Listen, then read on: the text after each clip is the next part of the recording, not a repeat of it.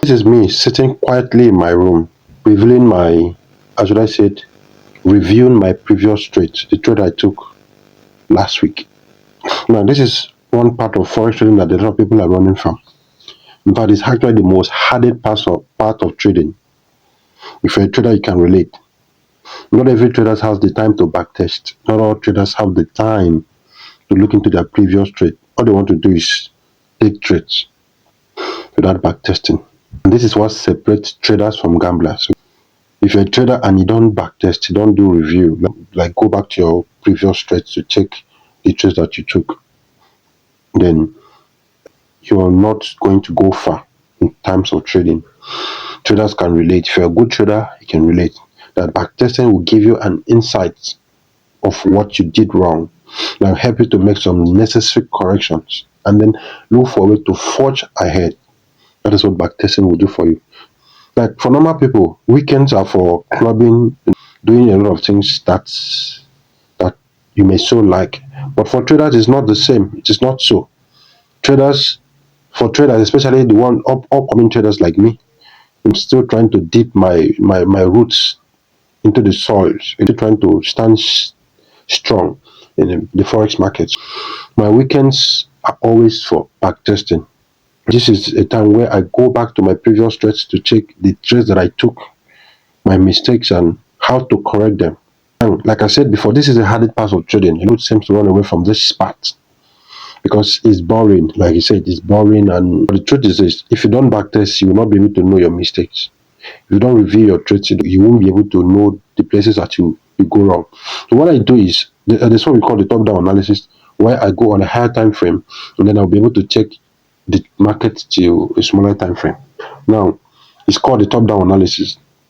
There's an approach in the market where you go to a higher time frame and then you predict the market. It predicts the fall or the rise of the market, probably any I want to, but it predicts 300, 1,000 moves into the future. That is one thing about the top-down analysis, and that's what I'm doing here. That I went to the higher time frame, which is the monthly time frame. That was where I was able to predict that the market is like a chart in front of me is GBP USD.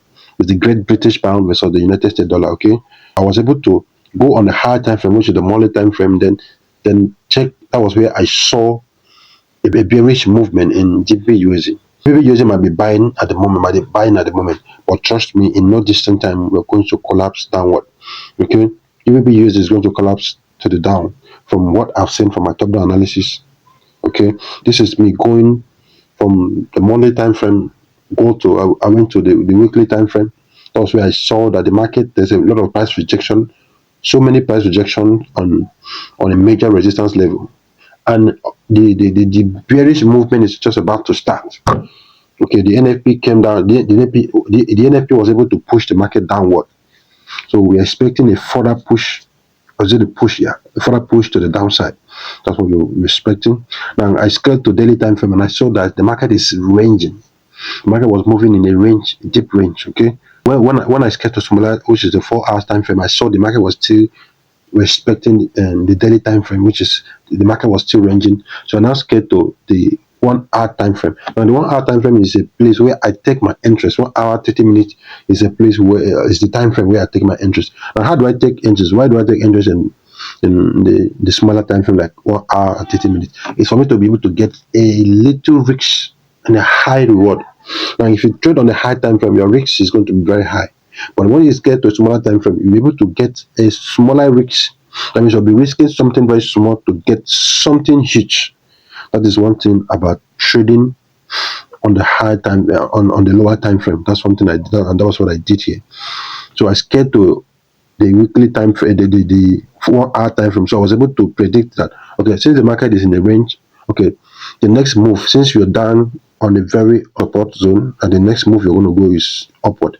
So the movement there was about 150 to 160 pips into the future. That's what I predicted, at least just for a quick buy before we can now continue on the bearish movement. That's what I did. So I was able to check and say that the market is resting solely on a major resistance, a trend line that is holding the market down, and the NFP was able to push the market back into that trend line. So that was where we actually are. So here I'm risking, when the market opens on Monday, I'm risking 40 pips in general, 40 pips, and then I'm catching 150 pips.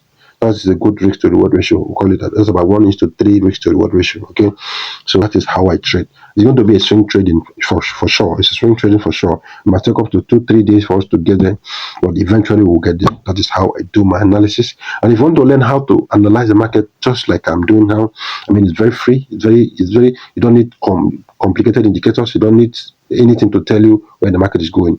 I was able to check using the Fibonacci and other tools that I combined together. And if you want to learn how to do the same thing that I'm doing now, then send me a DM. I'll be free to teach you with little or nothing. If you're serious enough, I might teach you with little or nothing. Okay, what I want to see traders succeeding, just like I'm trying to succeed. I want to see other traders succeeding and making it in the forex market. The market is big enough that we can all make money. You can make money and make money, and no hard feelings, no hard feelings. Okay, that's how the forex market is. And that was how I was able to do my analysis on Great British Pound versus the United States dollar, and that was it. And that was how I spend most of my weekends. That's how I spend most of my weekends. Okay, so I will catch you guys on the next video that I'm going to do. Okay, so for now, peace out.